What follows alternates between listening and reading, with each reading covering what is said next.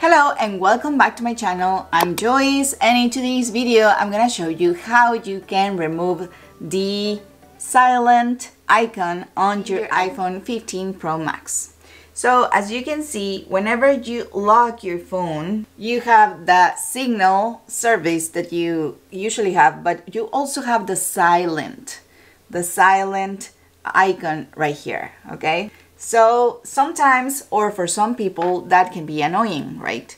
If you want to actually get rid of that, I'm gonna show you how you can do it. What you are going to do is go to settings and then go to sounds and haptics right here, and you will go to show in status bar right here. Okay, so you will tap on that one and that's it.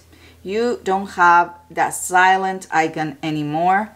You can just block your phone and just tap on it, and you can see that this silent icon disappeared. So I'm going to be making more iPhone 15 Pro Max tutorial videos. So if you're interested in anything that you want to know, let me know in the comments down below. I hope this video was helpful for you, and if it was, please don't forget to click on the like button and on that subscribe button down below.